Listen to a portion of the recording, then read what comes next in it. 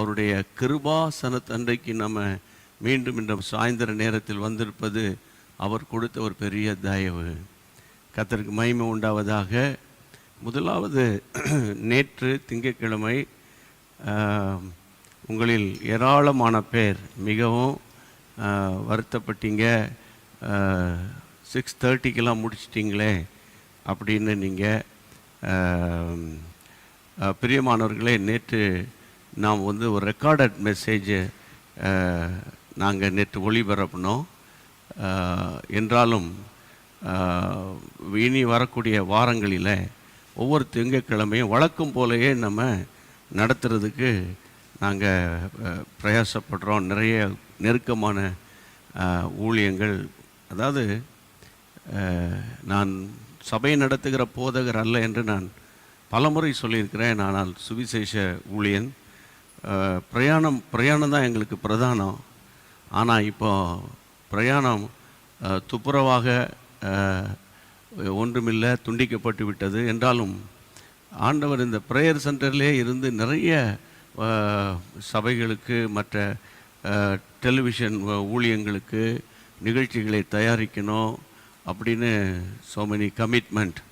என்றாலும் நேற்று நீங்கள் நிறைய பேர் வேலைக்கு போயிட்டு 6:30 ஆன் பண்ணி பார்க்கும்போது உங்களுக்கு ரொம்ப அது ஒரு ஏமாற்றம் போல் இருந்ததற்காக நான் ரொம்ப கஷ்டப்படுறேன். ஆண்டவர் நல்லவர். தொடர்ந்து கர்த்தர் கிருபை செய்வாராக. கடந்த ஆன்லைன் ப்ரேயரில் ஏராளமான தேவ பிள்ளைகள் இணைந்து எங்களோடு சேர்ந்து ஜெபித்தது எங்களுக்கு மிகுந்த சந்தோஷம். கர்த்தருக்கு மகிமை உண்டாவதாக. ஆண்டவர் குடும்ப வாழ்க்கை பற்றி, கணவன் மனைவியினுடைய கேரக்டரை பற்றி ஆண்டவர் பேசி நம்ம இன்னும் அதிகமாக ஆண்டவருக்கு ஒப்பு கொடுக்கத்தக்கதாக கர்த்தர் கிருபை பாராட்டினதை எண்ணி ஆண்டவருக்கு நன்றி சொல்கிறேன். அப்போவே நான் அந்த முடிவில் சொன்னேன், கர்த்தர் நடத்தினால் வருகிற நாட்களில் பிள்ளைகளுக்கு அடுத்த காரியங்களை நம்ம யோசிப்போம், தியானிப்போம், சிந்திப்போம், அதை பற்றி பேசுவோம், அதுக்காக ஜெபிப்போம் என்று ஆண்டவருடைய கிருபையினால் இன்றைக்கு நான் பிள்ளைகளின் ஆசீர்வாதங்கள் என்ற தலைப்பில் பேச போகிறேன். இப்பொழுது நம்முடைய கர்த்தர் கொடுத்த பிள்ளைகளுக்காக நம்ம ஆண்டவரை தோத்திரம் பண்ணணும். பிள்ளைகளின் ஆசீர்வாதம். கர்த்தருடைய பிள்ளைகளை, இது இன்னைக்கு நம்முடைய செய்தியின் தலைப்பு பிள்ளைகளின் ஆசீர்வாதம். ஒருவேளை எனக்கு திருமணமாகி எனக்கு பிள்ளைகளே இல்லையே அப்படின்னு இருக்கிறவங்களுக்கு இப்போ ஆரம்பத்திலே சொல்லிடுறேன், இந்த செய்தி உங்களுக்கு தான். என்ன என்ன என்ன பிரதர், பிள்ளையே இல்லை அதுக்கப்புறம் செய்தி உங்களுக்கு தான்றீங்க?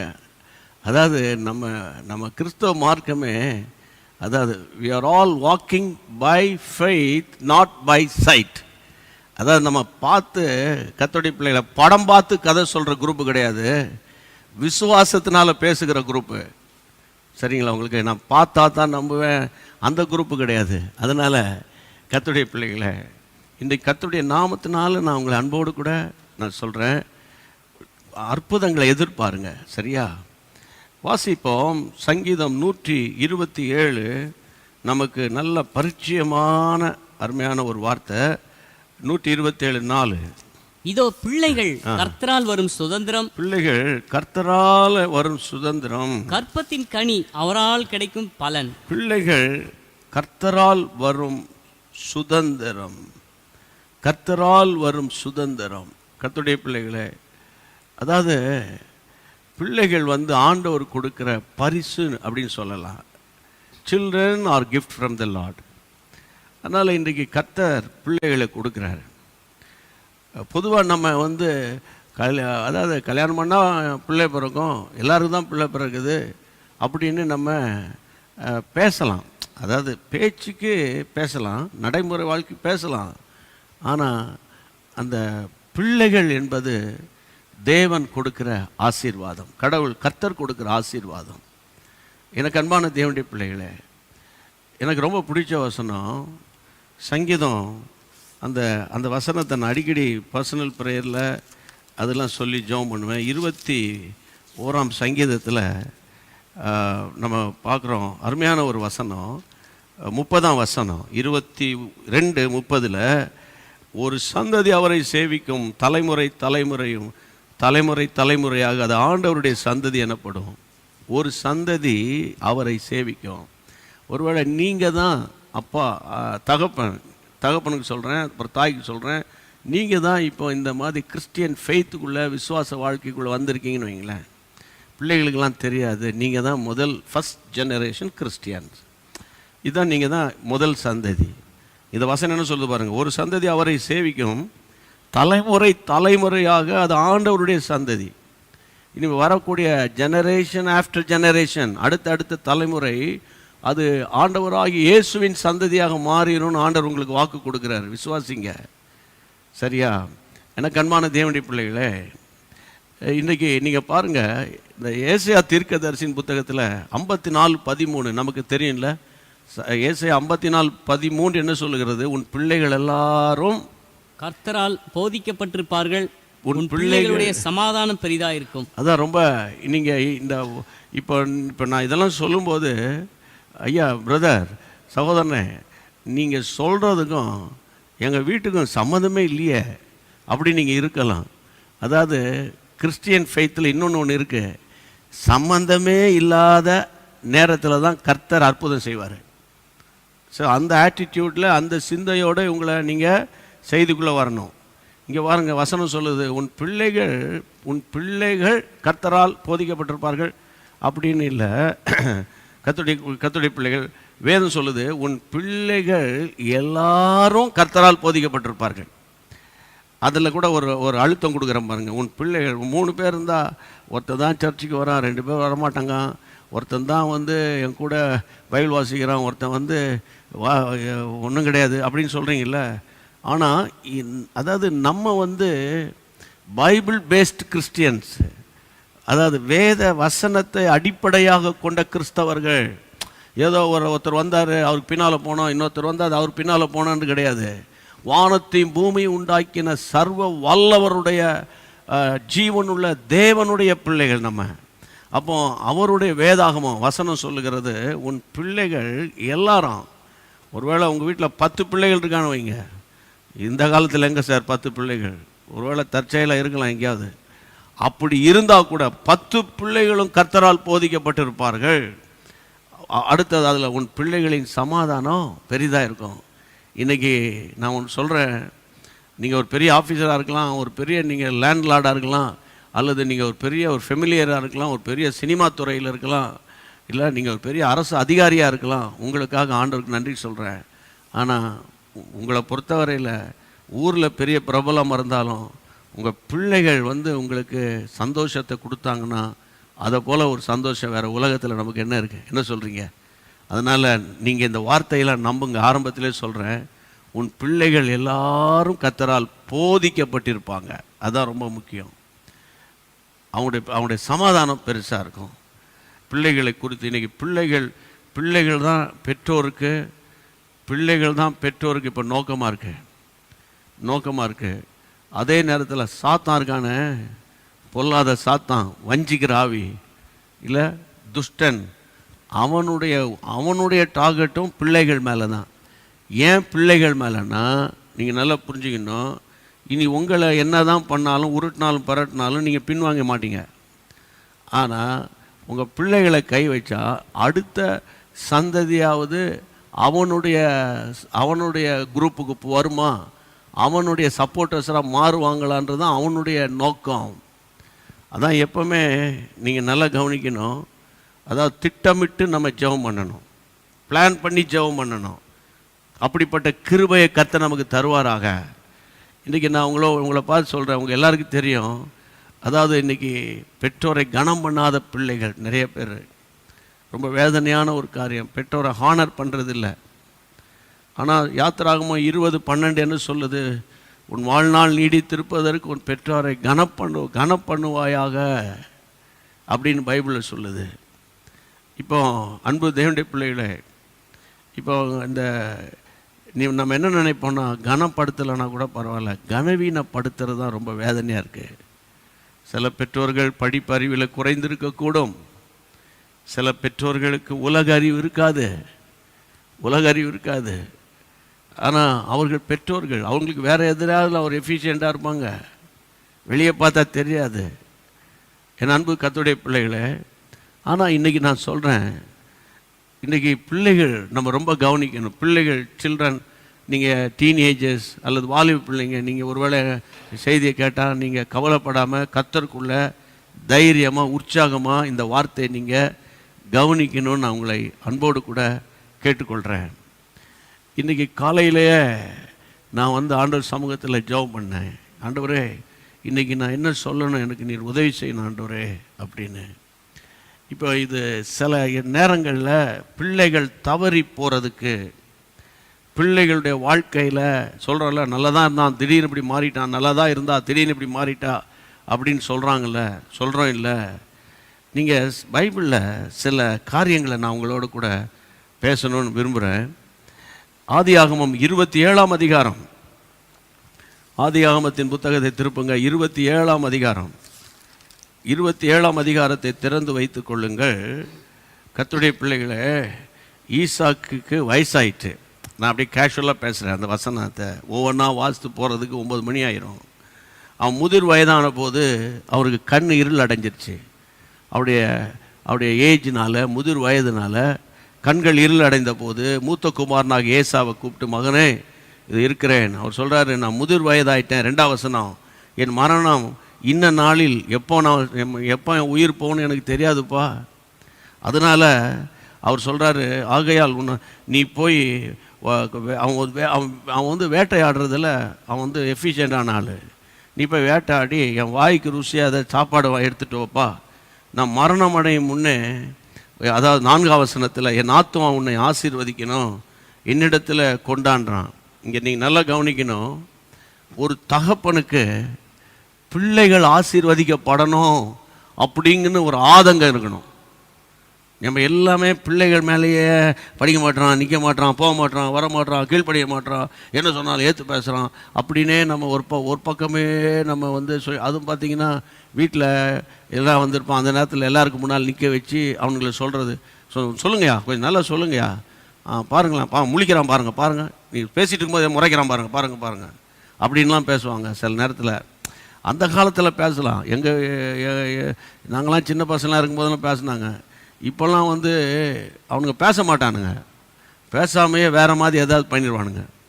அப்போ இந்த காலத்தில், அதாவது அந்தந்த நாட்களுக்குரிய ஞானம் பெற்றோருக்கு இருக்கணும். ஆண்டவர் அதை தருவார் உங்களுக்கு. நீங்கள் ஐயோ சொல்கிறீங்களே, எனக்கு அப்படிலாம் ஒன்றும் இல்லையே அப்படி நீங்கள் ஃபீல் பண்ணாதீங்க. இங்கே பாருங்கள், தகப்பன் வந்து நான் சாக போகிறேன், ஈசாக்கு சொல்கிறாரு, நான் மறிக்க போகிறேன், ஆனால் எப்போ மறிப்பேன்னு தெரியாது, ஆக மொத்தம் நான் ப்ளஸ் பண்ண விரும்புகிறேன். இதிலேருந்து நீங்கள் பெற்றோர்கள் நல்லா கவனிக்கணும். பிள்ளைகளுக்கு செய்ய வேண்டிய காரியங்கள், ஞானமுள்ள தகப்பன், விவேகமுள்ள தகப்பன் அந்த பிள்ளைகள் காரியத்தில் கொஞ்சம் கன்சர்னாக இருப்பாங்க. சிலர் வெளியே தெரியாது, உள்ளே இருக்கணும். ஆனால் சிலர் வந்து அமெரிக்கனோட ரொம்ப சூப்பர் ஸ்டாராக போயிட்டாங்க. அமெரிக்கன் வந்து அங்கே இருக்கிற சிஸ்டம்லாம் வேறு. பிள்ளைகளுக்கு வந்து வீடு வாங்கி கொடுக்கணும், அவனுக்கு கார் வாங்கி கொடுக்கணும், அவனுக்கு வந்து அதெல்லாம் அவங்க நினைக்க மாட்டாங்க. அவன் வந்து கொஞ்சம் அந்த அந்த யூனிவர்சிட்டி படிக்க போனாலே அவன் வீட்டில் இருக்க மாட்டானுங்க. வீட்டில் இருந்தான்னா அவன் வந்து ஒரு மாதிரி ஆள்னு அர்த்தாங்க.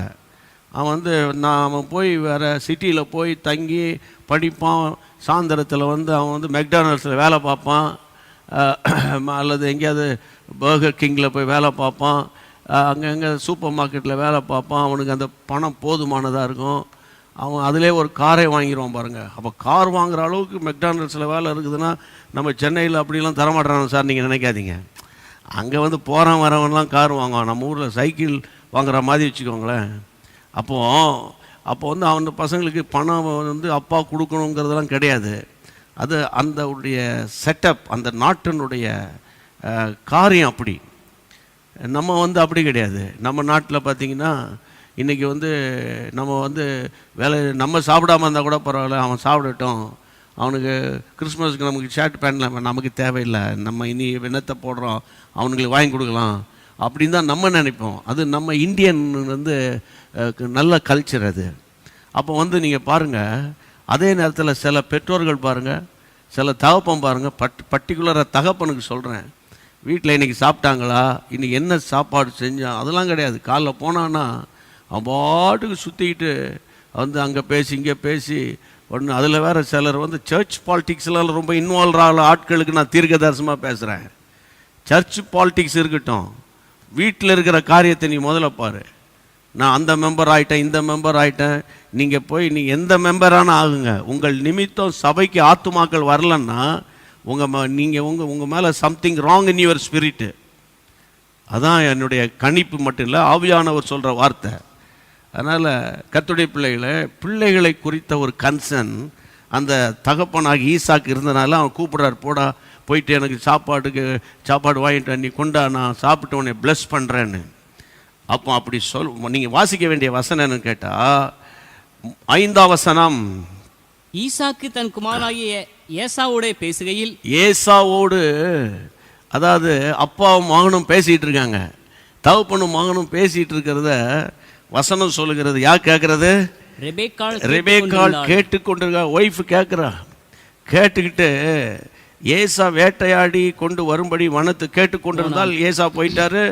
அப்போ 6ஆம் வசனம் சொல்லுகிறது, வாசிங்கள். அப்பொழுது ரெபெக்காள் தன் குமாரனாகிய யாக்கோபை நோக்கி, உன் தகப்பன் உன் சகோதரனாகிய ஏசாவை அழைத்து, நான் புசித்து எனக்கு மரணம் வரும் முன்னே கர்த்தரை முன்னிட்டு உன்னை ஆசீர்வதிக்கும்படி நீ எனக்காக வேட்டையாடி அதை எனக்கு ருசியுள்ள பதார்த்தங்களாக சமைத்து கொண்டு வா என்று சொல்ல கேட்டேன். ஆகையால் என் மகனே என் சொல்லை கேட்டு நான் உனக்கு கற்பிக்கிறபடி செய்.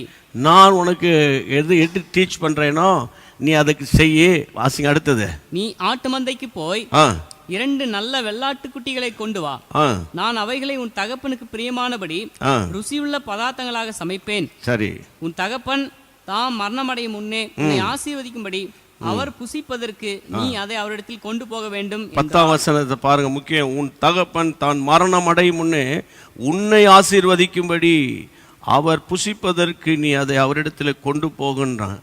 இப்போ இங்க பாருங்க, இந்த பிரச்சனைக்கே காரணம் இந்த சப்ஜெக்டில், இந்த இடத்துல இந்த ஒய்ஃப் நான் அடிக்கடி சொல்லுவேன், அவள் ஒய்ஃபாக இருந்தால் பிரச்சனை இல்லை, நைஃபாக மாறினா தான் அங்கே துண்டு விழுது, வெட்டு விழுது. அப்போது இங்கே பாருங்கள், தகப்பனும் மகனும் பேசினதை அடுத்தவங்ககிட்ட தூண்டி விட்டு, நீ இப்போ அவன் போகிறதுக்கு முன்னால் நீ போய் கொண்டாடா அது கொண்டாடான்னு சொல்லி அவன் ஏசா அவனுடைய பாடி ஸ்ட்ரக்சர், அவனுடைய தோற்றத்தில் நிறைய ரோமம், முடி பயங்கரமாக இருக்கும். அதே போல் அந்த கதையெல்லாம் நம்ம கர்த்தருடைய பிள்ளைகளுக்கெல்லாம் தெரியும். அது பைபிள் வாசிக்கிறவங்களுக்கு தெரியும், இல்லை வாசிக்காதவங்களுக்கு தெரியாது. தெரிஞ்சுக்கோங்க 27ஆம் அதிகாரத்தை. இப்போது இவன் அதை மாதிரி ஆக்ட் பண்ணி அப்பாவுடைய ஆசீர்வாதத்தை இவன் தெரியும்ல, ஏசாவுக்கு போக வேண்டியது இவன் கள்ளத்தனமாக வாங்கிட்டான். அந்த கர்த்தருடைய பிள்ளைகளை நீங்கள் நல்லா கவனிங்க. அந்த அதிகாரத்தில் 34ஆம் வசனம், ஏசா தன் தகப்பனுடைய வார்த்தையை கேட்டவுடனே மிகவும் மனம் கசந்து உரத்த சத்தமிட்டு அலறி தன் தகப்பனை நோக்கி, என் தகப்பனே என்னையும் ஆசீர்வதியும் சத்தம் போட்டுறான். உரத்த சத்தமிட்டு அலறுகிறான் அப்படின்னு பைபிள் சொல்லுது. தமிழில் அவன் கிரைட் அப்படின்னு இங்கிலீஷில் அழுதான் போடுறான். அலறுகிறான். தமிழ் நல்லா இருக்கு. சில நேரத்தில் இங்கிலீஷ் ரொம்ப நல்லா இருக்கும், சில நேரத்தில் தமிழ் நல்லா இருக்கும், சில நேரத்தில் மலையாளம் ரொம்ப பியூட்டிஃபுல்லாக, சில நேரத்தில் பார்த்தீங்கன்னா தெலுங்கு அதை விட ரொம்ப சூப்பராக இருக்குது. சரி, ஓகே. கர்த்தருடைய பிள்ளைகளை இவன் அலறுகிறான். அடுத்தது 36 கீழ்பாகம், என் ஆசீர்வாதத்தை வாங்கிக்கிட்டான் என்று சொல்லி, நீர் எனக்கு ஒரு ஆசீர்வாதத்தை ஆயில் வைத்து வைக்கவில்லையா? அவன் அப்பாட்ட கேட்குறான். அதுக்கு அடுத்தது 38 பாருங்க, என் தகப்பனே என்னையும் ஆசீர்வதியும் என்று சொல்லி ஏசா சத்தமிட்டு அழுதா. என்னையும் ஆசீர்வதிங்கப்பா, என்ன அவனுக்கு மட்டுமா தகப்பேன், எனக்கு மட்டும் தாங்க தகப்பேன். நல்ல தம்பிமார்களுக்கு, வாலிப தங்கச்சிமார்களுக்கு சொல்கிறேன், உடைய அப்பாவை நீ ஒரு கீழ்த்தரமாக நினச்சிடாத, பேசிடாத, அதாவது மனசில் கூட யோசிச்சிடாத. தகப்பனுடைய ஆசீர்வாதம் ரொம்ப முக்கியம். இப்போ பொதுவாக இந்தியன் தகப்பன்மார்கள் அவன் வெளியே காட்ட மாட்டான், உள்ளத்தில் நிறைய இருக்கும், அதுக்கு இருக்க மாட்டான். வெஸ்டர்ன் கல்ச்சரில் இருக்கிற தகப்பன்மார்கள்னா அப்படியே ஐ லவ் யூ அப்படியே இப்படின்னு வானுங்க, அடுத்த வாரம் விட்டுட்டு போயிடுவானுங்க. நீங்கள் நல்லா கவனிங்க கர்த்தருடைய பிள்ளைகளை, தகப்பங்கிட்ட அந்த 3 வசனத்தை நான் காட்டினேன். 34, 36, 38 கதறி கேட்குறேன், என்னை ஆசீர்வதிங்க, என்னை ஆசீர்வதிங்கன்னு. இப்போ இவ்வளோ ஏசாவுனுடைய கதறலுக்கு இப்போ அவன் நல்லா சும்மா ஒன்றும் தெரியாமல் கிடந்தவனை அவன் ஏமாற்றி கள்ளத்தனம் பண்ண வச்சதுக்கு கடைசியில் தாயே காரணம் ஆயிட்டான்றது இந்த வசனத்தில், இந்த அதிகாரத்தில் நம்ம பார்க்குறோம். நம்ம போகிறோம், யாக்கோபா அவன் அவன் திருட்டுப்பாய, அவன் அப்படி இப்படின்னு நம்ம பேசுவோம் பிரசங்கத்தில். ஆனால் என்றாலும் கேரக்டர் வைஸ் வேறு. ஏசாவை கர்த்தர் ஆசீர்வதிக்கலை, யாக்கோபை தான் ஆசீர்வதித்தார். அது வேறு போர்ஷன், வேறு சப்ஜெக்ட். அது நானும் 1-2 முறை பேசியிருக்கேன். ஆனால் இங்கே இந்த பேசுகிறத கேட்டுக்கிட்டு இருக்கா பாருங்க.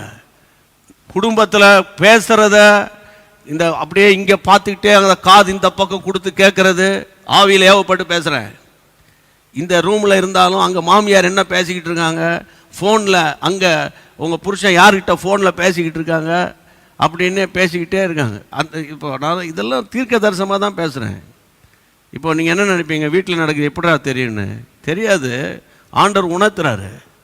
அதனால் இதை பாருங்கள், எந்தெந்த விஷயத்தில் இன்னசென்ட்டாக இருக்கணுமோ இன்னசென்ட்டாக இருங்க. புரியுதா? அங்கே யார்கிட்ட பேசிட்டு போகிறேன், என்ன பேசிட்டு போகிறேன், எதா பண்ண போகிறான். அதாவது ஒருத்தர் ஃபோனில் பேசும்போது அவங்க அன்னைக்கு நேராக தான் பேசுவாங்க. இந்த காலமாக இருந்தால் கூப்பிட்டு செல்ஃபோனில் டெக்ஸ்ட் மெசேஜ் அனுப்பியிருப்போம். அந்த அம்மா கூப்பிட்டு டெக்ஸ்ட் மெசேஜ் அனுப்பியிருக்கோம் வாட்ஸ்அப்பில், கம் குயிக்னு. அந்த அம்மா டெக்ஸ்ட் மெசேஜ் அனுப்பி நீ போயிடுறா அப்படின்னு. அந்த காலத்தில் எங்கே இருக்குது? இதை ஒட்டு கேட்டுட்டு இங்கே சொல்கிறது. ஒட்டு கேட்டதுனால ஒட்ட வைக்க முடியாத போன குடும்பங்கள் நிறைய இருக்கு. ஒட்டு கேட்கறது, அம்மா அப்பா என்ன பேசுகிறாங்க, அவன் என்ன பேசுகிறான், இவன் என்ன பேசுகிறான், அவன் ஃபோனில் யார்கிட்ட பேசுகிறான், என்ன பேசுகிறான், இங்கே ஒரு காது அங்கே ஒரு காது. சொல்லுவாங்களா பாம்பு காதுன்னு? ஐயா, பாம்பு காதோ பெருச்சாலி காதோ எதாக இருந்துட்டு போகுதுயா. இன்றைக்கி நான் பாரத்தோடு சொல்கிறேன், கிறிஸ்டியானிட்டியில் நம்ம நிறைய விஷயத்தில் நம்ம மாற வேண்டியிருக்கு. நிறைய விஷயத்தில் மாற வேண்டியிருக்கு. பாரத்தோடு உள்ளே ஒன்று வச்சு வெளியே ஒன்று வச்சுலாம் பேசக்கூடாது. அதனால் நீங்கள் உங்களை பிரில்லியன்ட்டு நினைக்காதீங்க. இங்கே பாருங்கள், தகப்பனும் மகனும் பேசினதை இந்த அம்மா கேட்டதே தப்பு. சரி கேட்டால, சரி அப்போ ஈசாக்கிட்ட சொல்லியிருக்கலாம்ல, சரி யாக்கோபை கூப்பிடுங்க, அவனையும் ப்ளஸ் பண்ணுங்க, அவனுக்கு அப்படின்னு போயிருக்கலாம்ல. இங்கே அங்கே பிடிச்ச உபத்திரவம் எங்கே பாருங்க. அடுத்த வசனம் கீழே பாருங்க, 41:27-41. யாக்கோபை தன் தகப்பன் ஆசீர்வதித்தது நிமித்தம், தன் தகப்பன் ஆசீர்வதித்ததுனால ஏசா யாக்கோபை பகைத்து. நல்ல அண்டர்லைன் பண்ணுங்க வசனத்தை. நான் எப்போ சொல்லுவேன்ல, பைபிள் வச்சு பெண்ணு கையில் வச்சிருக்கணும்னு. நல்ல கவனிங்க. ஏசா யாக்கோபை பகைத்தான். எதுக்காக பகைக்கிறான்? யாக்கோபை தன் தகப்பன் ஆசீர்வதித்தது நிமித்தம். ஏசா யாக்கோபை பகைக்கிறான். அண்ணன் தம்பிக்குள்ள சண்டை பகைய இழுத்து விட்டது தாய்.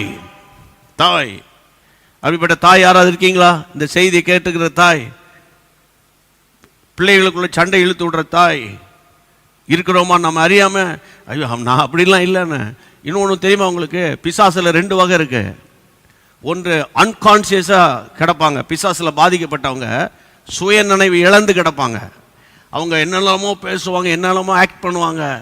அந்த பிசாசை துரத்தி, அந்த பிசாசை விரட்டி அவங்கள கர்த்தர் விடுதலை ஆக்கின பிறகு அவங்ககிட்ட கேட்டால், ஐயோ இப்படிலாம் இருந்தேண்ணா, இப்படிலாம் ஆச்சா, எனக்கு ஒன்றுமே தெரியாதுன்னுவாங்க. அது ஒரு வகை. இன்னொரு வகை பிசாசு இருக்கு. அந்த பிசாசு வர்றது அவங்களுக்கு தெரியும். அந்த பிசாசு அவங்கள யூஸ் பண்ணும். அது இவங்களுக்கு நல்லா தெரியும். அது பிசாசுன்னு தெரியும். அதான் பிசாசு. நான் சொல்றது புரியுதா உங்களுக்கு? கர்த்தருடைய பிள்ளைகளே, இங்கே பாருங்க, அண்ணன் தம்பிக்குள்ள பகையை இழுத்து விடுகிற இவன் பாருங்க. அதனால் அங்கே என்ன வந்துச்சு? ஏசா யாக்கோபு பகைத்தான், தன் தகப்பனுக்காக துக்கிக்கு நாட்கள் சீக்கிரம் வரும். அப்படின்னா என்ன தெரியுமா? அதாவது எப்படியும் அவருக்கு சாக தான் போறாரு. சீக்கிரம் அவர் சொல்றார் பாருங்க, சீக்கிரமாக வரப்போகுது. அப்பொழுது என் சகோதரனாகி யாக்கோபை கொண்டு போடுவேன் என்று தன் இருதயத்தில் சொல்லுகிறான். அப்ப அந்த இருதயத்தில் ஒரு கசப்பை உண்டாக்கின தாய்.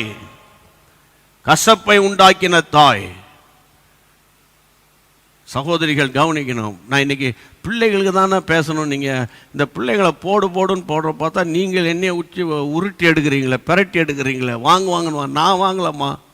நான் வாங்கணும்னு நினைக்கவே இல்லை. இந்த ஒட்டு சொல்கிறனாலும் அதெல்லாம் எழுதி வைக்கவே இல்லை. வசனங்கள் தான் எழுதி வச்சுருப்பேன். ஆனால் பரிசுத்த ஆவியானவர் பேசும்போது நம்ம சத்தது கேட்கணும். அதனால் கர்த்தருடைய பிள்ளைகளை மூத்தவனை அதாவது சிலர் பார்த்தீங்கன்னா பணம் சம்பாரிச்சிட்டு வரவனை நேசிக்கிறது, வேலை செய்யாதவனை ஒரு மாதிரி பேசுறது, இந்த மாதிரிலாம் விட்டுறணும். பணத்தை முதல்ல வைக்காதீங்க, குணத்தை முன்னால் வைங்க. பணம் கொடுக்குற ஆட்களை முன்னுக்கு வைக்காதீங்க. ஆண்டவர் பணத்தை நம் கையில் கொடுக்கிற தேவனை முன்னுக்கு வைங்க. ஆமென். கர்த்தருக்கு மகிமை உண்டாவதாக. அதான் ரொம்ப முக்கியம். இங்கே பாருங்கள், இந்த குடும்பம் பாருங்கள், என்ன பிரச்சனை, அதை கொஞ்சம் இமேஜின் பண்ணி பாருங்கள். இந்த அம்மா தூண்டி விட்டுருச்சு, கடைசியில் பார்த்தா அது கொலை பண்ணுவன்ற அளவுக்கு நிற்கிறான். அதோடையா இன்னும் நான் பேசிகிட்டே போவேன். அதோட பேக் பண்ணுறா, பிரதர் வீட்டுக்கு பேக் பண்ணுறாங்க. ரெபேக்காள் ஓடிடு இங்கே இருக்காத பாருங்கள். இப்போ குடும்பமே அங்கே பாருங்கள் ஸ்பிளிட் ஆயிடுச்சு இல்லை? இன்றைக்கி கர்த்தருடைய நாமத்தினால சொல்கிறேன், ஃபேமிலி ரொம்ப முக்கியம். 1000 பிரச்சனை இருந்தாலும் ஃபேமிலி விட்டு கொடுத்துடாதீங்க, ஃபேமிலி விட்டு கொடுத்துடாதீங்க. பாரத்தோடு நான் சொல்கிறேன், கர்த்தருடைய பிள்ளைகளை, ஃபேமிலி கர்த்தர் கொடுக்குற ஆசீர்வாதம். ஏழையா பணக்காரன் அதெல்லாம் ஒன்றும் இல்லை, எல்லாருக்கும் ஒரே கலர் தான். என்ன சொல்கிறீங்க? எல்லாருக்கும் ஒரே கலர். நம்ம ஊரில் வந்து சர்ச்சு கட்டி கொடுத்தவங்களுக்கு ரைட் சைடில் 5 ரூபா காணிக்க போட்டவனுக்கு லெஃப்ட் சைடில் எப்படி இருக்கா? இல்லை, எல்லாருக்கும் ஒரு இடம் தான், அதே 6 அடி தான். அது கூட சிலருக்கு கிடைக்காம என்ன பாடு கொரோனா காலத்தில் இல்லை? எவ்வளோ வேதனை. எனக்கு அன்பான கர்த்தருடைய பிள்ளைகளே, பாரத்தோடு நான் உங்களோடு பேசிகிட்டு இருக்கேன். இந்த நாட்களில் நம் பிள்ளைகள் பிரச்சனை, அது வேறு சப்ஜெக்ட், நம்ம பேசுவோம் தொடர்ந்து. அவங்களோடலாம் ஆண்டவர் பேசுவார். ஆனால் இன்றைக்கி என்னமோ தெரியல. அதாவது நம்ம வந்து பெற்றோர்கள், நேற்று கூட 4 நைட் ப்ரேயரில் கூட நான் சொன்னேன் இல்லை, ஜான் வெஸ்லி மெத்தடிஸ்ட் இயக்கத்தை, மெத்தடிஸ்ட் என்ற நம்ம சிஎஸ்ஐ சிஎன்ஐ போன்ற பெரிய ஒரு திருச்சபையை உருவாக்கின ஒரு பெரிய பெருமை ஜான் வெஸ்லியை தானே சாரும் இல்லை? லண்டன் வேல்ஸில் பிறந்தவர். அவங்க வீட்டில் 17 பிள்ளைகள் இல்லை? நான் அன்றைக்கி சொன்னேன்ல உங்களுக்கு. அப்போ அந்த சூசனால் அவங்க அம்மா தாயார் 17 பிள்ளைகளுக்கு தாய் வரிசையாக படுத்துருப்பானுங்களா. நைட்டில் தலையில் கை வச்சு ஜெபம் பண்ணிகிட்டே இருப்பாங்க. வறுமையா, கஷ்டமா, சாப்பாட்டுக்கு கஷ்டமா. ஆனாலும் அவங்களுக்கு அந்த நாட்களில் அந்த ஜெபம், தலையில் கை வச்சு ஜெபிச்சு John Wesley, Charles Wesley, 2 powerful speakers ஆண்டவர் தேசத்தில் எழுப்பினார் பாருங்க. ஜான் வெஸ்லி தான் மெத்தடிஸ்ட் ஆலயத்தை, மெத்தடிஸ்ட் சபைகளை உருவாக்கினார். இன்றைக்கி உலகத்தில் எல்லா தேசங்களிலும் மெத்தடிஸ்ட் ஆலயங்கள் இருக்குது. கர்த்தருக்கு ஸ்தோத்திரம். அப்போ இன்றைக்கி நான் உங்களை பார்த்து சொல்கிறேன், நீங்கள் ரொம்ப கவனமாக இருக்கணும். பிள்ளைகள் எல்லாம் பிள்ளைகள் தான், படித்தவனும் பிள்ளைகள், படிக்காதவனும் பிள்ளைகள். உங்களை வந்து என் வீட்டுக்கு வாங்கம்மான்னு சொல்கிறவனும் பிள்ளை தான், எங்கள் வீட்டுக்கு வராதன்னு சொல்கிறவனும் பிள்ளை தான். புரியுதா உங்களுக்கு? சேலை வாங்கி கொடுத்தாலும் பிள்ளை தான், சேலை வாங்கி கொடுக்கலனாலும் பிள்ளை தான். அந்த மாதிரி ஆட்டிடியூட் எப்போ வரும்னா, நீங்கள் இந்த மாதிரியெல்லாம் பைபிளை வாசித்து ஜெபம் பண்ணணும். ஒருத்தனை பற்றி இன்னொருத்தன்ட்ட தூண்டி விடுறது, அந்த மாதிரியெல்லாம் நம்ம விட்டுட்டா, நம்ம பாருங்கள் இப்போ எவ்வளோ பெரிய பிரச்சனை. இந்த 27ஆம் அதிகாரம், எனக்கு அன்பான தேவனுடைய பிள்ளைகளை, இந்த 27ஆம் அதிகாரம் முடியும் வரைக்கும் போராட்டம் தான். அதோடய அவன் போனவன் தான் யாக்கோபு, போனவன் தான். 32ஆம் அதிகாரத்தில் தான் அவங்க அண்ணன் வரான்னா அவன் கதி கலங்கி போயிட்டான். ஏன்னா அவன் வந்து ரொம்ப டஃப் கேரக்டரு, கொண்டுருவான் அப்படி இப்படின்னு போராடி தேவ சமூகத்தில் அவன் கதற வேண்டியிருந்துச்சு. கதறி கடைசியில் ரீகன்சல் ஆகி அவன் சந்தோஷமாக அவன் வந்து சேயீர் மலைக்கு போனான். யாக்கோபு கர்த்தருக்கு கொடுத்த பாதையின் வழியாக நடத்தினாங்க. அதுதான் அந்த சம்பவம். இன்றைக்கி நான் பாரத்தோடு சொல்கிறேன், இந்த சம்பவத்தில் ஆண்டவர் நமக்கு சொல்லி கொடுக்குற பாடம் என்னன்னு கேட்டால், அதாவது முதல்ல தாயின் தகப்பனும் கவனமாக இருக்கணும் பேசுகிற பேச்சில். நீங்கள் ஒன்று பேசுகிறது, உங்கள் கணவர் ஒன்று பேசுகிறது, அது நீங்கள் சொல்கிறது, சொல்லிவிட்டு என் ஒய்ஃப்கிட்ட சொல்லாதன்றது, ஒய்ஃப் வந்து பேசிட்டு அதை என் புருஷன்கிட்ட சொல்லிடாதீங்கன்றது, கடைசியில் பார்த்தா எல்லாருக்கும் தெரிஞ்சிருக்கும். இன்றைக்கி பாரத்தோடு நான் உங்களுக்கு சொல்கிறேன், இப்போ இந்த மாதிரிலாம் பேசும்போது சிலருக்கு நீங்கள் வந்து எங்களை பார்த்து பேசுகிற மாதிரி இருக்குது, இன்றைக்கி ஏதோ ஒன்று ஸ்டோரி உங்களுக்கு தெரியும் போல், நான் ஒன்று சொல்கிறேன், இப்படிப்பட்ட பிரசங்கத்தை நான் உட்கார்ந்து கேட்டேன்னா நான் என்னுடைய கேரக்டர் என்ன தெரியுமா? ஆண்டவர் என்கிட்ட பேசுகிறாருப்பா, ஆண்டவர் என்கிட்ட பேசுகிறாரு. இன்றைக்கி நேற்று நைட்டு பாருங்கள், ஒரு தம்பி மதுரைன்னு நினைக்கிறேன், மதுரை கோயம்புத்தூர், எனக்கு ரொம்ப ஆண்டவர் நான் மகிமைப்படுத்தினேன். உங்களுக்கு போன வாரம் நான் ஆலோசனைன்ற தலைப்பில் பேசிட்டு வந்தேன், ஞாபகம் இருக்குல்ல உங்களுக்கு? ஆலோசனை, தேவ ஆலோசனை, அகித்தோப்பின் ஆலோசனை, ஜெசபேலின் ஆலோசனைன்னு பேசிட்டு வந்தேன். ஏதோ அவன் பிரச்சனை அவனுக்கு, அந்த மற்ற காரியங்களை நான் சொல்ல விரும்பலை. போலீஸ் ஸ்டேஷன் வாசலில் போய் நிற்கிறான், மெயின் ரோட்டில் போலீஸ் ஸ்டேஷன் வாசலில் நிற்கிறான் ஒரு விசுவாசி. வேறு பிரச்சனை தலைக்கு ஏறி போயிடுச்சு, தாங்க முடியல. அப்போ நான் அன்றைக்கி பேசும்போது 8:15 தான் முடித்தேன் நினைக்கிறேன். சொன்னேன் இன்றைக்கி கொஞ்சம் 15 நிமிஷம் லேட் ஆகி போச்சு, ஃபாஸ்டிங் ப்ரேயர் போன வெள்ளிக்கிழமையாக இருக்கும்னு நினைக்கிறேன். அப்போது மன்னிச்சுக்கிடுங்கன்னு கூட அவங்ககிட்ட நான் சொன்னேன். அவன் ரொம்ப கண்ணீரோடு அந்த போலீஸ் ஸ்டேஷனில் இப்படி ஒரு நிலைமை வந்துருச்சு ஆண்டவரே அப்படின்னு சொல்லி அவன் அந்த அந்த அந்த போலீஸ் ஸ்டேஷன் வாசலுக்கு வெளியே மெயின் ரோட்டில் ஓரத்தில் அழுதுகிட்டே நிற்கிறான். அந்த தம்பி டக்குன்னு செல்ஃபோனை ஓப்பன் பண்ணி ஃபேஸ்புக்கை ஓப்பன் பண்ணுறான்னா, அதாவது ஏசபேலின் ஆவிகளை கொடுக்குற ஆலோசனையை நீ எதிர்த்து ஜெபம் பண்ணு அப்படின்னு அந்த நேரம் பார்த்து அந்த வார்த்தை அவன் காதில் வருது. அந்த செல்ஃபோனில் பார்க்குறான் பாருங்க. அப்போ 8 மணி கடந்துருச்சு. நல்லா புரிஞ்சுக்கோங்க, நீங்கள் நல்லா கவனிங்க. சில நேரத்தில் நம்ம சபையிலும் சரி, உங்கள் பாஸ்டர் பேசும்போதும் சரி, சரியா, ஒரு கூட்டத்துக்கு போகிறீங்க அல்லது நீங்கள் அந்த டைமில் ஏதாவது ஆண்டவருடைய தீர்க்க தரிசன வார்த்தை வரும்போது நீங்கள் மிலிட்ரி ஆஃபீஸர் மாதிரி 7:30 ஆயிடுச்சே அப்படின்லாம் பார்க்கக்கூடாது. ஆவியானுடைய சத்தத்துக்கு கீழ்ப்படியணும். பாருங்கள், நான் ஆவடியிலேருந்து பேசினேன். அங்கே அந்த கோயம்புத்தூரில் இருக்கிற தம்பியோட கத்தர் பேசி உடனே அவன் என்ன பண்ணிட்டான்னா ஃபோன் அடித்து அவங்க அம்மாட்ட சொல்லி, தாயாரும் விசுவாசி தான், அம்மா இதுக்கு மேலே என்னம்மா எவிடன்ஸ் வேணும்?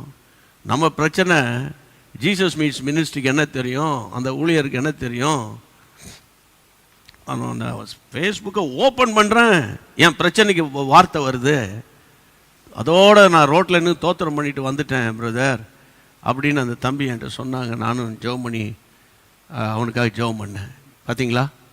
அதனால் இந்த நாட்களில் நம்ம என்னன்னு கேட்டால், பணத்துக்காக ஏசப்பாவை தேடுறது இல்லை, சுகத்துக்காக தேடுறது, கல்யாணத்துக்காக தேடுறது, குழந்தைக்காக தேடுறது, இதெல்லாம் யார் தேடுறாங்கன்னா ஏசப்பா அறியாதவங்க தேடணும். அவங்களுக்கு ஏசப்பா அற்புதம் செய்வார். அதன் நிமித்தம் அவங்க கர்த்தருடைய பிள்ளைகளாக மாறணும். நம்ம காலாகாலமாக தொழிலுக்காக ஜெபம் பண்ணுங்க, அவன் தலையில் சிலுவை போடுங்க, இவன் தலையில் வைங்க கையை, எனக்கு இங்கே முதுகில் வலி இருக்குது, இங்கே முதுகில் கை வைங்க. ஐயா, இதுவே நாங்கள் பண்ணிக்கிட்டு இருந்தோன்னா 138 கோடி மக்கள் இல்லை, 138 கோடி மக்கள் இன்றைக்கி கொரோனாவில் மரித்து கொண்டிருக்கிற மக்கள் எத்தனை பேருக்கு சுவிசேஷம் தெரியும் இல்லையா? யோசித்து பாருங்களேன். அதனால் அப்போ பணத்துக்காக ஏசப்பா தேடக்கூடாதா? வேலைக்காக தேடக்கூடாதா? கல்யாணத்துக்காக தேடக்கூடாதா? நான் ஒன்று சொல்லட்டா, ஒரே வார்த்தையில் சொல்லட்டா, முதலாவது தேவனுடைய ராஜ்யத்தையும் அவருடைய நீதியையும் நீங்கள் தேடுங்கன்னு அவரே சொல்கிறாரு. எதை தேடணும் எதை தேடக்கூடாதுன்னு அவரே சொல்கிறாரு. இதுக்கு மேலே என்ன டீச்சிங் வேணும்? நல்ல கவனிங்க. நான் பணக்காரனாக இருப்பேன், நான் 3 காரோடு வருவேன், கர்த்தர் என்னை நான் சீமானாக இருப்பேன். நான் என்ன சொல்கிறேன்டா தம்பி, நீ தேவனுடைய ராஜ்யத்தில் தேடி தேவனுடைய ராஜ்யத்துக்குள்ளே வந்துட்டேன்னா, புரியுதா உங்களுக்கு? அந்த ராஜ்யத்தில் இருக்கிறதெல்லாம் என்னுடையது தானே. என்ன சொல்கிறீங்க? நல்ல பையன் அப்பா கிட்ட போய், அப்பா அந்த ஊரில் திருநெல்வேலியில் 1 ஏக்கர் லேண்ட் இருக்குது, எனக்கு தருவீங்களா? அண்ணனுக்கு தருவீங்களாப்பா?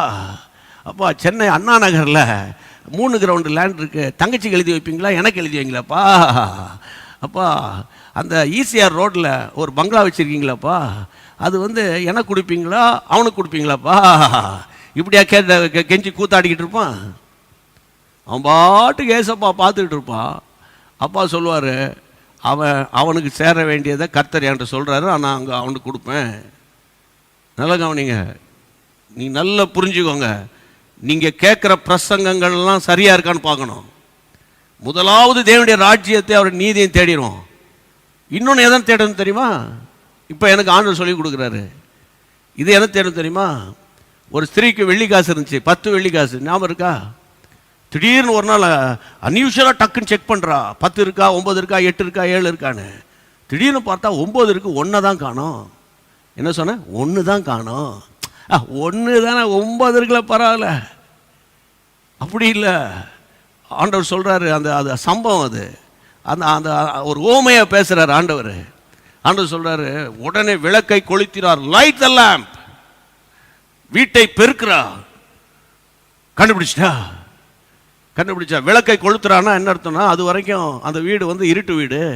இருட்டு வீட்டுக்குள்ளே நம்ம குருட்டுத்தனமாக உட்காந்துக்கிட்டு காசு காணோம், யார் எடுத்துகிட்டு போனானோ, எங்கே போச்சோ. உடனே இந்த காலமாக இருந்தால் உடனே ஃபோன் போட்டு, பிரதர் ஒரு காசு காணோம், கொஞ்சம் ஜெபம் பண்ணி சொல்கிறீங்களா, எங்கே இருக்குன்னு. உடனே என்ன மாதிரி சிலர் இருந்தால், அப்படியா பிரதர், நான் அடுத்த வாரம் ஜெபம் பண்ணிட்டு சொல்கிறேன். டேய், உன் வீட்டில் பைசா வீட்டில் தான்டா இருக்குது தம்பி, ஐயா வீட்டில் தான் இருக்கு. முதல்ல விளக்க கொளுத்து. அதாவது விளக்க கொளுத்துனா என்ன அர்த்தம்? லைட் த லேம்ப்னா என்ன அர்த்தம்? வேதமே வெளிச்சம், கட்டளையே விளக்கு. அதுக்கு மேலே என்ன, எத்தனை வாட்ஸ் லைட் வேணும் உனக்கு அப்படின்னா என்ன அர்த்தம்? கர்த்தருடைய பிள்ளைகளை, வேத வசனத்தில் தான் நமக்கு வெளிச்சம் இருக்கு. விளக்கை கொளுத்தினால் வீட்டை பெருக்கிறா. வீட்டை பெருக்காம அப்படியே முடியும், தலைமுடியும், டஸ்ட்டும் கிஸ்ட்டும் கிடக்குது, அதுக்குள்ளே உட்காந்துட்டு காணோம். அழுக்கான வாழ்க்கையில் உட்கார்ந்து கொண்டு, இருளான பாதையில் சென்று கொண்டு காணோம்னா எப்படி தம்பி? ஆண்டவர் சொல்றாரு, லைட்டை போட்டா பெருக்குனா கண்டுபிடிச்சிட்டா. அப்போ அவர் தேடு வரைக்கும் எப்படி தேடினா, அதெல்லாம் எடுத்து சொல்ல டைம் இல்லை. ஜாக்கிரதையாய் தேடாமல் இருப்பாளோ. தேடுதலுக்கு நான் ரெஃபரன்ஸ் கொடுக்குறேன். அப்போ ஒன்று, தேவனுடைய ராஜ்யத்தை நீதியை நீங்களும் நானும் தேடணும். ரெண்டாவது எதை தேடணும்? விட்ட தொலைத்த தாளந்துகள், தொலைத்து போட்ட கிருபைகள், தொலைத்து போட்ட பரிசுத்த வாழ்க்கை, தொலைத்து போட்ட ஆதி அன்பு, தொலைத்து போட்ட ஜெப வாழ்க்கை, தொலைத்து போட்ட அர்ப்பணிப்பு, தொலைத்து போட்ட விலைக்கிரயம். இதை தேடுங்க என் அன்பு தேவனுடைய பிள்ளைகளை. ஆனால் எனக்கு கார் கிடைக்குமா, பங்களா கிடைக்குமா, லேண்டு கிடைக்குமா, எத்தனை சென்ட் லேண்டு கிடைக்கும், எங்கள் அப்பா வீட்டிலேருந்து எவ்வளோ வரும், மாமனார் எவ்வளோ கொடுப்பாருன்னு கொஞ்சம் கேளுங்க. சைடில் கேளுங்க, புரோக்கர்கிட்ட எவ்வளோ கொடுப்பாருன்னு கேளுங்களேன். 5 பவுன் நகை போடுறோம், 5 பவுன் தாலி, 5 பவுனா ஒரு 10 பவுன் போடுவாங்களா, கொஞ்சம் கேளுங்க. இங்கே வந்துட்டு இந்த காரியம் கர்த்தரால் வருதுன்னு சொல்லி கார்டில் வேற வசனத்தை போட்டு நான் சொல்கிறேன். ஐயா, அந்த கொரோனா சத்தம் கேட்டவன இதோ இயேசு வருகிறார் என்ற எண்ணம் வரணும். கொரோனா அப்படின்னா அவர் வாசல் அருகே வந்து விட்டாருங்கிற எண்ணம் வரணும். பாரத்தோடு நான் பேசுறேன். ஜெபம் பண்ணலாமா? எல்லாரும் கண்களை மூடி தலைகளை தாழ்த்தி. Praise the Lord. கர்த்தருக்கு ஸ்தோத்திரம். ஆண்டவர் நல்லவர். ஆமாம், எவர்களை நேசிக்கிறேனோ அவர்களை தான் நான் சிச்சிக்கிறேன்னு ஆண்டவர் சொல்கிறாரு.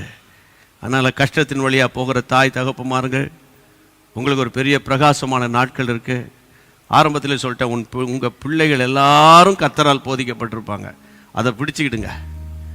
இப்போ அப்படி இல்லாமல் இருக்கலாம், இப்போ உங்கள் பக்கத்திலே இல்லாமல் இருக்கலாம். ஆனால் இந்த வார்த்தை மாறுமா? இல்லை, வார்த்தை மாறுமா? மாறாதுல்ல. உன் பிள்ளைகள் எல்லாரும் கர்த்தரால் போதிக்கப்பட்டிருப்பாங்க. அதே வசனத்தில் ஆண்டவர் என்ன சொன்னார்? அதே வசனத்தில் உன் பிள்ளைகள் எல்லாரும் கர்த்தரால் போதிக்கப்பட்டிருப்பாங்க. ஏசாயா 54:13 உன் பிள்ளைகளின் சமாதானம் பெருசாக இருக்கும், பெரிதாக இருக்கும். அதான் ரொம்ப முக்கியம். எல்லாரும் கரங்களை வைத்து, தாயார் ஒருவேளை நீங்கள் தப்பி தவிர ஏதாவது தவறு பண்ணியிருந்தீங்கன்னா, இன்னைக்கு ரெபேக்காளுடைய அந்த சம்பவத்திலேருந்து ஆண்டவர் பேசினார, ஒப்பு கொடுத்துருவோம். ரிபாலாமா ஹாத்தூரா பாகா, ஒப்பு கொடுத்துருவோம். ஒப்பு கொடுத்துருங்க. ஆண்டவரே, என் பிள்ளைகளுக்காக சரிவர தலையில கை வச்சு நைட்ல ஜெபம் பண்ணாம விட்டுட்டான்பா. இன்று முதல் நான் அதை செய்ய போறேன். அந்த ஜெபம் ஒரு வலிமையான ஜெபம். ரகுலா ரியாமஹா லஹாதிரே ரகலபாதுரோ. ஆண்டவரே, கையை வைத்து கூப்பிடுங்க. இயேசுவே, இயேசுவே, கையை வைத்து கூப்பிடுங்க. இயேசுவே, எங்க பிள்ளைகளுக்காக நாங்கள் உம்மை நோக்கி பார்க்கிறோம்ப்பா. நாங்க சம்பாதிக்கிற பணம், நாங்க அலைகிற அலைச்சல், நாங்க கட்டுகிற வீடுகள், வாங்குற வாகனம் எல்லாம் எங்களுக்கு, என் பிள்ளைகளுக்காக தானப்பா. நான் சேர்த்து வச்சிருக்கிற அந்த இடம், நிலம் எல்லாம் பிள்ளைகளுக்காக தானப்பா. என் பிள்ளைகள் ஊதாரித்தனமாய் போயிடக்கூடாது ஆண்டவரே. கையை உயர்த்தி இயேசுவின் நாமத்தினால, இயேசுவின் நாமத்தினால கையை உயர்த்தி ஜெபம் பண்ணுவாங்க. இப்ப நான் என்ன சொல்லிட்டா, திருமணம் ஆகாத பிள்ளைகள் கூட ஜெபம் பண்ணுங்க. உங்களுடைய வரக்கூடிய ஜெனரேஷனுக்காக ஜெபம் பண்ணுங்க. விசுவாசத்தோடு ஜெபம் பண்ணுங்க. விசுவாசத்தோடு ஜெபம் பண்ணுங்க. கையை உயர்த்துங்க.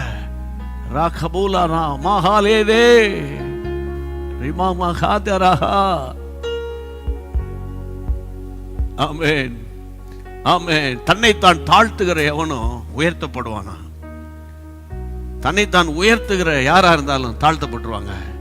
இப்ப நீங்க தாழ்த்துறீங்கல்ல சகோதரி, சகோதரனை தாழ்த்துறீங்கல்ல, கர்த்தருடைய உயர்வு உங்க வாசப்படிக்கு வந்துருச்சு. ஆமென், உங்க வாசப்படிக்கு வந்துருச்சு. கர்த்தர் உயர்த்துவாராக. கர்த்தர் உங்க பிள்ளைகளோடு பேசுவாராக. உங்க பிள்ளைகள் மேல தேவ பிரசன்னம் வருவதாக.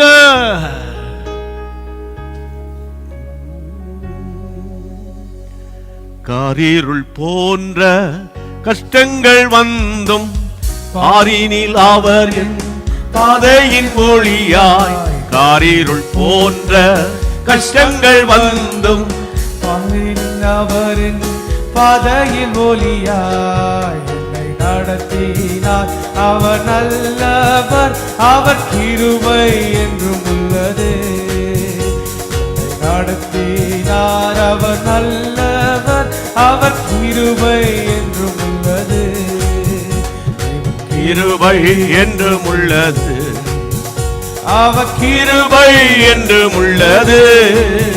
அவரை போற்றி பாடி அல்லேலூயா என்றார் பரிப்போ. அவரை போற்றி துதித்து பாடி அல்லேலூயா என்றார் பரிப்போ. அக்கினி சோதனை பட்சிக்க வந்தும் முச்செடி தங்கில் தோன்றிய தேவன். Glory. பட்சிக்க ஆமென். முச்செடி தங்கில் தோன்றிய தேவன் பாதுகாத்தாரே. அவர் நல்லவர், ஆமென். கிருபை விசுவாசத்தோடு பாடுங்க. எங்க பிள்ளைகளை பாதுகாத்தீரே. காத்தாரே. விசுவாசத்தோடு சொல்லுங்க. அவர் கிருபை என்றும் உள்ளதே. கிருபை என்றும் உள்ளது. இவாலகரா அவர் கிருபை என்றும் இரலபத்துரலா சந்துரோகோ. போற்றி போற்றி பாடி பாடி அல்லேலூயா என்றார் பரிப்போ. அவரை போற்றி இயேசுவின் நாமத்தினால அல்லேலூயா என்றார் பரிப்போ. தகப்பனே, இந்த இரவு வேளையில் எத்தனை சகோதரிகள் என்னோடு கூட சேர்ந்து பாடினார்களோ, எத்தனை பிரதர்ஸ் அண்ட் சிஸ்டர்ஸ், ஆண்டவரே, பிள்ளைகள் யாரா இருந்தாலும் ஆண்டவரே என்னோடு கூட சேர்ந்து இப்ப யாரெல்லாம் ஜெபிக்கிறாங்களோ, யாரெல்லாம் வலது கரத்தை உயர்த்தி இருக்காங்களோப்பா, உங்களுடைய கரங்களோடு அவருடைய கரங்கள் இணையட்டப்பா. இன்று முதல் நான் உங்களை ஆசீர்வதிப்பேன் சொன்னீரே, அந்த வார்த்தையை நான் சொல்லுகிறேன் அப்பா. ஆண்டவரே, உமக்கு ஸ்தோத்திரம், உமக்கு ஸ்தோத்திரம். ஆண்டவரே, பிள்ளைகள் எல்லாரையும் பாதுகாத்துக் கொள்ளுங்கப்பா. பிள்ளைகளுக்குள்ள பெற்றோர்களாகிய நாங்கள் கசப்பை விதைத்து விடக்கூடாது. தேவரீர் ஒரு விசை நினைத்து அத்தனை குடும்பங்கள் கெட்டப்படுவதாக. இது நிமித்தம், ரெபெக்காளின் நிமித்தம், யாக்கோபுக்கும் ஏசாவுக்கு இடையே வந்த ஒரு பெரிய ஒரு ஆண்டவரே பிரிவினை, அது நீண்ட காலமாய் தொடர்ந்தது. ஆண்டவரே, இப்படி தொடர்ந்துடக்கூடாது. ஆண்டவரே, நீர் மனம் இறங்கணும்ப்பா, உதவி செய்யணும்ப்பா. மட்டுமல்ல, பலவீனமான பெற்றோர்களுக்காக ஜெபிக்கிறேன். கேன்சர் வியாதியோடு போராடுகிற என் அன்பு சகோதர சகோதரிகளுக்காக நாங்கள் ஜெபிக்கிறோம்ப்பா. அப்பா, ஆமா, என்னோடு கூட சேர்ந்து சொல்லுங்க, நாங்கள் ஜெபிக்கிறோம். நம்ம எல்லாம் டீமா ஜெபம் பண்ணலாம். ஆமா, we are all one family. Hallelujah. We are all pray in one accord. Amen. ஒருவேளை நம்ம சரீர பிரகாரமா தூரத்தில் இருக்கிறோம், ஆவியில ஒருமனப்பட்டிருக்கிறோம். அந்த கேன்சர் வியாதியில பாதிக்கப்பட்டிருக்கிற மக்களை விடுதலையாக்குங்க ஆண்டவரே. ஆக்சிஜன் சப்போர்ட்ல ஆண்டவரே ஆஸ்பத்திரியில இருக்கிற மக்களை விடுதலையாக்குங்க ஆண்டவரே. ஆண்டவரே, இன்னும் என்னென்ன பலவீனத்தோடு பிள்ளைகள் வீடுகள்ல இருக்காங்களோ அவங்களை விடுதலையாக்குங்க, விடுதலையாக்குங்கப்பா. உம்முடைய பலன் எங்களை தாங்கட்டும், கர்த்தர் நடத்தும். இயேசுவின் நாமத்தில் ஜெபிக்கிறோம் எங்கள் நல்ல பிதாவே. ஆமென், ஆமென். கர்த்தர் ஸ்தோத்திரம். நீங்க மேக்சிமம் இன்னைக்கு நைட்டு எவ்வளவு பேருக்கு வாட்ஸ்அப்ல மெசேஜ் அனுப்ப முடியுமா அனுப்புங்க. புதிதா இன்றைக்கு நம்ம ஜீசஸ் மீட் யூடியூப் சேனல் பார்க்குறவங்க, டிவியில் பார்க்குறவங்க இது வரைக்கும் சப்ஸ்கிரைப் பண்ணலன்னா நீங்கள் சப்ஸ்கிரைப் பண்ணும்படி நான் உங்களை உற்சாகப்படுத்துகிறேன். சரியா? ஒருவேளை டெலிவிஷன் நீங்கள் டெய்லி வியூவர்ஸாக இருந்தால் கூட உங்களுடைய வாட்ஸ்அப்பில் நீங்கள் சப்ஸ்கிரைப் பண்ணி வச்சுட்டிங்கன்னா டெய்லி மார்னிங்கில் அனுதினமும் ஆவியானவரோடு என்ற ஒரு அந்த 3 minutes அல்லது 3.5 அந்த ஷார்ட் மெசேஜ் குறுஞ்செய்தி உங்களுக்கு பிரயோஜனமாக இருக்கு இல்லையா? அது ரொம்ப சந்தோஷமாக இருக்கும். அந்த நாளுக்குரிய கிருபை பொறிந்த வார்த்தைகளை கர்த்தர் தருவார். அதனால் நீங்கள் அதை உடனே செய்யுங்க. ஆண்டவருக்கு மகிமை உண்டாகட்டும். இணைந்து சொல்வோம். என் ஆத்துமாவே கர்த்தரை ஸ்தோத்திரி, என் முழு உள்ளமையுடைய பரிசுத்த நாமத்தை ஸ்தோத்திரி. என் ஆத்துமாவே கர்த்தரை ஸ்தோத்திரி, கர்த்தர் செய்த சகல உபகாரங்களை மறவாதே. ஆமென், ஆமென். God bless you. Good night. See you tomorrow morning at 7 a.m.